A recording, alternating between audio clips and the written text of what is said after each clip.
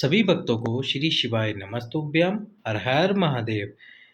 जानिए वो 9 कारण जिसकी वजह से आपका जो उपाय है सफ़ेद आंकड़े की जड़ वाला वह सफल नहीं हो पाता। ये 9 गलतियों की वजह से आपका उपाय असफल हो जाता है। आप उपाय करते हैं पूरे मन से, पर ये जो 9 गलतियां हैं जो मैं आपको इस वीडियो में बता रहा हूँ, उन 9 गलतियों की वजह से आपका उपाय असफल हो जाता है।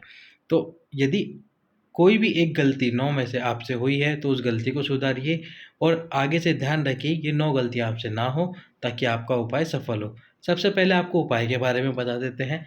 उपाय सफ़ेद आंकड़े की जड़ जो आपको लेके आनी होती है भगवान शंकर के ऊपर से, यानी कि भगवान शंकर ये शिवलिंग पे से आपको 21 बार उस जड़ को घुमाना होता है तुमरुका जी का नाम लेकर। 21 बार घुमाने के बाद में महिला, केवल और केवल महिला, अपनी कमर में रजस्वला धर्म के 7वें दिन ही आपको शिव मंदिर जाना होता है और 21 बार जड़ घुमाने के बाद में उसको लाल कपड़े में लपेटकर लाल धागे में आपको आपकी कमर में बांधना होता है और उसके बाद में एक पीपल का पत्ता प्रतिदिन समर्पित करके तुमरुक अवधूतेश्वर महादेव का नाम लेते हुए पीपल का पत्ता समर्पित करना होता है प्रतिदिन भगवान शंकर के शिवलिंग पे। उस पीपल के पत्ते को उठाकर गाय के दूध में उबाल कर फिर उस पीपल के पत्ते को किसी वृक्ष के नीचे रख दीजिए और पति और पत्नी रात्रि को सोने से पहले उस दूध को पीजिए तुमरुका जी का नाम लेकर। इस प्रकार ये उपाय है। अब आपको बताते हैं उपाय में गलतियाँ। सबसे पहले नंबर पर गलती है कि आपने फूल लाल वृक्ष वाला, यानी कि लाल जो फूल पिंक कलर का, पर्पल कलर का, सफ़ेद पर्पल कलर का आंकड़े का पुष्प आता है, शायद उसकी जड़ को निकाल लिया।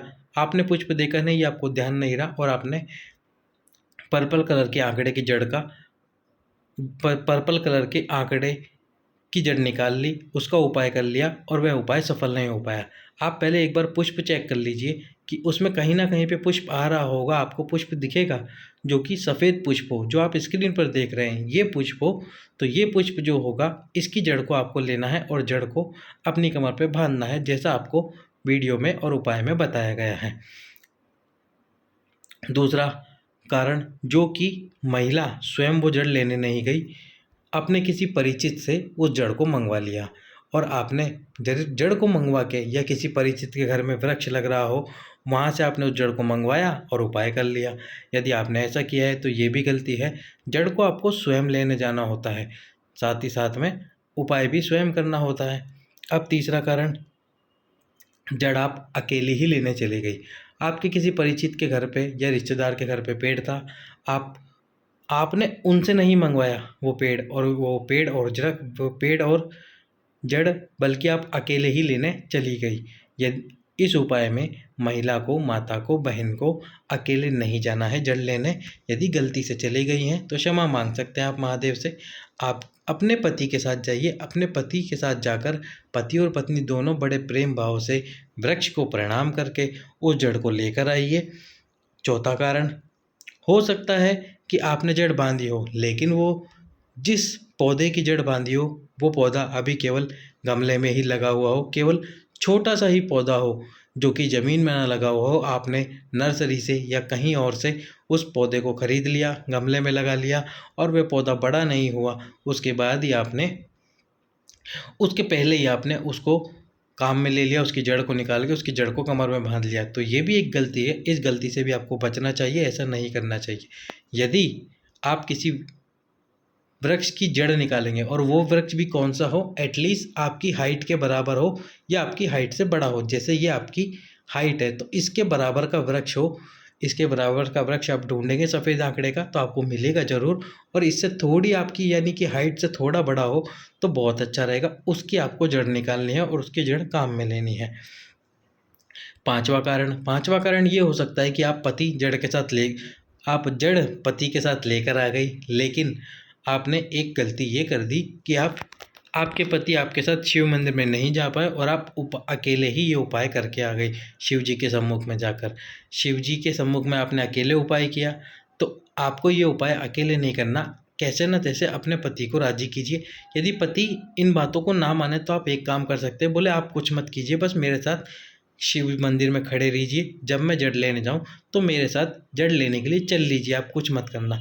एटलीस्ट शिव मंदिर में भगवान शंकर के शिवलिंग के सम्मुख में खड़े रहिए, इतना सा कार्य कर दीजिए, संतान की प्राप्ति होगी तो आपको ही इसका लाभ मिलेगा, आप ही पिता बनेंगे उस संतान के। इस बात का भी विशेष ध्यान रखें।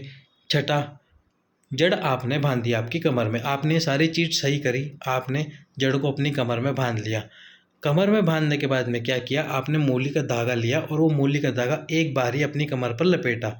अब हुआ क्या, एक बार कमर पर लपेटा और ढंग से आपने उस जड़ में उस धागे को नहीं लपेटा और बीच में ही, मतलब कि 1 महीने से पहले पहले ही 7 दिनों के अंदर अंदर वो धागा टूट कर नीचे गिर गया। अब वो धागा टूट कर नीचे गिर गया, अब वो धागा बीच में से टूट गया है। फिर आप प्रश्न करें कि बोले कि मेरा धागा टूट गया है तो मैं क्या करूँ अब? तो इस बात का भी ध्यान रखें, धागा एक बार नहीं 2 बार, 3 बार, 4 बार लपेटिए ज़रूर, क्योंकि धागा बीच में अगर मान लीजिए एक जगह से टूट भी जाता है तो 3 बार आपकी कमर पर ज़रूर लपटा रहेगा, घुमा हुआ रहेगा, ताकि बीच में धागा टूटे नहीं 1 महीने तक और जड़ कहीं भी नहीं जाए।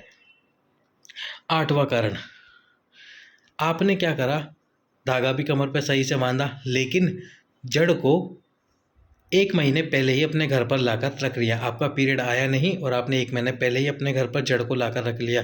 यदि आपने ये कार्य किया है, जड़ को अपने घर पर लाकर पहले से ही रख लिया है, तो इस बात का भी विशेष ध्यान रखें कि जड़ को आपको पीरियड, जब आपका पीरियड शुरू हो जाए तो पीरियड शुरू होते ही दूसरे तीसरे दिन आप लाकर रख लीजिए, क्योंकि जड़ 1 महीने तक घर में रहने पर सूख जाएगी। फिर आप उससे उपाय करें या कुछ भी करें, इसका कोई लाभ आपको प्राप्त नहीं होगा। इसलिए सभी से मेरी हाथ जोड़कर विनती है कि जड़ को जब आपका पीरियड शुरू हो जाए तो दूसरे तीसरे दिन लेकर आए अपने पति के साथ जाके। इसका कोई दोष नहीं लगेगा, कोई पाप नहीं रहेगा। बस जड़ निकालने से पहले उस वृक्ष से प्रार्थना करना, विनती करना हाथ जोड़कर कि हे वृक्ष, क्योंकि ये जो सफ़ेद आंकड़े का वृक्ष है, इस वृक्ष की जड़ में जो जड़ है, गुरुजी ने अपनी कथा, जो कि उनकी कथा थी पंच पुष्प शिव महापुराण 5 दिनों की, जिसमें उन्होंने 5 पुष्पों का वर्णन किया था। खास इस बात को बताया था कि ये जो सफ़ेद आंकड़ा है और जो इसकी जड़ है, इसकी जड़ में गणेश जी का वास होता है। अब गणेश जी हमेशा इसकी जड़ में निवास करते हैं। अब आप क्या पहले ही चले गए, जड़ लाकर रख ली, तो उसमें गणेश जी का वास होगा ही नहीं। तो आप जाइए, प्रणाम कीजिए, गणेश जी को भी प्रणाम कीजिए, वृक्ष को भी प्रणाम कीजिए और बोलिए कि हे वृक्ष, हे गणेश जी, आप सफ़ेद आंकड़े की जड़ में विराजमान हो, मुझ पर कृपा करें बाबा। मैं ये सफ़ेद आंकड़े की जड़ का उपाय कर रही हूँ और इस उपाय को करके संतान की प्राप्ति करना चाहती हूँ, मुझ पर कृपा करें। तो आपके ऊपर गणेश जी, तुमरुका जी, तुमरुकेश्वर महादेव और भोलेनाथ, इन सबकी कृपा होगी और आपको निश्चित संतान की प्राप्ति होगी। अब 8वां कारण ये हो सकता है कि आपने सब कुछ सही कर लिया, लेकिन पीपल के पत्ते का दूध पीना ही भूल गए। आपने पीपल का पत्ता समर्पित किया और गाय का दूध ही नहीं लिया। चलो, गाय का दूध भी आपने कहीं ना कहीं से अरेंज करवा लिया, मंगवा लिया, लेकिन पीपल का पत्ता चढ़ाते समय अवधूतेश्वर महादेव का नाम लेना ही भूल गए। यदि अवधूतेश्वर महादेव का नाम आपने 1 दिन लिया, 10 दिन भूल गए, तो फिर वो उपाय कैसे सफल होगा? क्योंकि इसमें पीपल का पत्ते वाला उपाय और जड़ वाला उपाय दोनों एक साथ करने हैं। तो अवधूतेश्वर महादेव का नाम जरूर ले। मान लीजिए 10 दिन में से किसी एक दिन आप भूल जाते हैं, तो अगले दिन इस बात की माफ़ी मांगिए भगवान शंकर से। भोलेनाथ बहुत बोले हैं, आपकी मांगी गई माफ़ी से वो आपको तुरंत माफ़ कर देंगे। इतने बोले हैं कि 1 लोटा जल चढ़ाने पे भी प्रसन्न हो जाते हैं। तो आप उनसे माफ़ी मांगिए, बोले बाबा मुझसे गलती हो गई, मैंने कल नाम नहीं लिया अवधूतेश्वर महादेव, तो मुझ पे कृपा करो बाबा और मेरी इस भूल को क्षमा करते हुए फिर पीपल का पत्ता चढ़ाए, अवधूतेश्वर महादेव का नाम ले और साथ ही साथ में अवधूतेश्वर महादेव का नाम लेके पीपल का पत्ता चढ़ा के गाय के दूध में उबाल कर उस पीपल के पत्ते को वृक्ष के नीचे रख दीजिए और वो दूध आपके पति और पत्नी दोनों अवश्य रात्रि को सोते समय तुमरुका जी का नाम लेते हुए पिए और उनका नाम स्मरण करते हुए। यदि पति या पत्नी दोनों में से किसी एक को भी दूध से कोई दिक्कत है, मतलब दूध नहीं पी सकते, तो आप ज़्यादा दूध गर्म मत कीजिए, केवल इतना सा दूध गर्म कर लीजिए कि आप 1 चम्मच, केवल 1 चम्मच दूध ही पी सके। ज़्यादा दूध आपको दिक्कत देता हो तो आप 1 चम्मच दूध पी लीजिए, 1-1 चम्मच दूध पीजिए। इतना सा दूध तो आप पी ही सकते हैं अपने लिए, अपनी संतान के लिए इतना तो कर सकते हैं। वैसे भी माँ बाप त्याग बहुत करते हैं अपनी संतान के लिए, तो इतनी छोटी सी बात और कर सकते हैं और 1-1 चम्मच दूध पी लीजिए, ज़्यादा ना पी सके तो। अब 9वां और अंतिम कारण क्या होता है कि जब आप एक साथ 2 काम कर रहे होते हैं तो 2 में से 1 काम में आप भूल जाते हैं।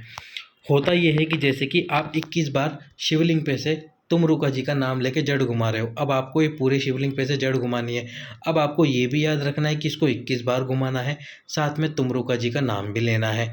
तो अब होगा क्या, 2 काम एक साथ करते हुए कि एक बार तो या तो आप जड़ की काउंट भूल जाएँगे कि भाई 21 बार की जगह 5 बोलेंगे, सोचेंगे 5 बार घुमाई या 6 बार घुमाई, 7 बार घुमाई या 8 बार घुमाई। या फिर अगर ये याद रह जाएगा तो तुमरुका जी का नाम भूल जाएँगे कि तुमरुका जी का नाम 1 बार लिया, 2 बार लिया, तुमरुकेश्वर महादेव का नाम 5 बार लिया या 6 बार लिया। इस प्रकार से ये सोच आने पर भी आपका ये उपाय सफल नहीं हो पाता। तो इसके लिए आप एक काम कर सकते हैं, धीरे-धीरे जड़ को घुमाइए। जैसे कि एक बार आपने जड़ घुमाई, बिल्कुल धीरे-धीरे जड़ घुमाइए, तुमरुका जी, आपको याद हो जाएगा, एक बार नाम ले लिया है, एक बार जड़ घुमा ली है। दूसरी बार घुमाइए तुमरुका जी। तो धीरे-धीरे घुमाने पे क्या होता है कि हमारा जो दिमाग है, वो दोनों काम एक साथ करने के लिए सचेत रहता है। तो धीरे-धीरे, बिल्कुल धीरे, ऐसे फ़ास्ट-फ़ास्ट की नहीं, केवल धीरे-धीरे, धीरे-धीरे, धीरे-धीरे, धीरे जड़ घुमाएँ, तो आप 21 बार तुमरुका जी का नाम भी ले लेंगे और 21 बार जड़ भी घुमा लेंगे। घुमानी बिल्कुल धीरे-धीरे। इस प्रकार धीरे-धीरे, धीरे-धीरे, धीरे-धीरे तुमरुका जी का नाम लेते हुए इस जड़ को भगवान शंकर के शिवलिंग पे से घुमाइए। क्या फ़ायदा जल्दी करके, यदि उपाय ही सफल ना हो पाए तो इस जल्दी का भी क्या फ़ायदा। थोड़ा-सा इंतज़ार करें, धैर्य रखें और ये उपाय करें। तो इस प्रकार 21 बार जड़ घुमाएँ, 21 बार तुमरुका जी का नाम लें धीरे-धीरे।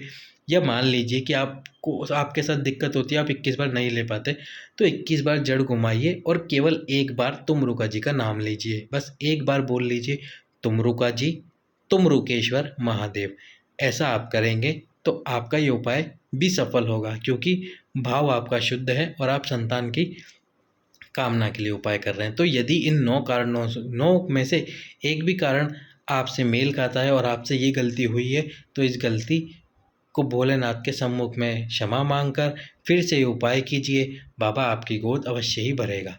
सभी भक्तों को श्री शिवाय नमस्तुभ्यम।